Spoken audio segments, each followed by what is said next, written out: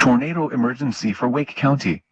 The National Weather Service in Raleigh has issued a tornado warning for Wake County, northeastern Franklin County, until 3:30 p.m.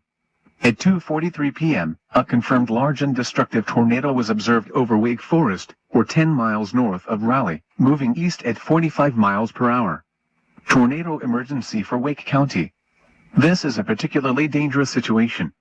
Take cover now. Hazard, deadly tornado. Source, radar confirmed tornado. Impact, you are in a life-threatening situation. Flying debris may be deadly to those caught without shelter. Mobile homes will be destroyed.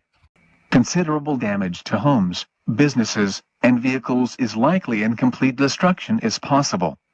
Locations impacted include Raleigh, Cary, Lewisburg, Wake Forest, Garner, Fouquet-Varina, Bunn, RDU International, Apex, Holly Springs, Knightdale, Wendell, Roseville, Micro, Youngsville, Franklinton, and Pilot.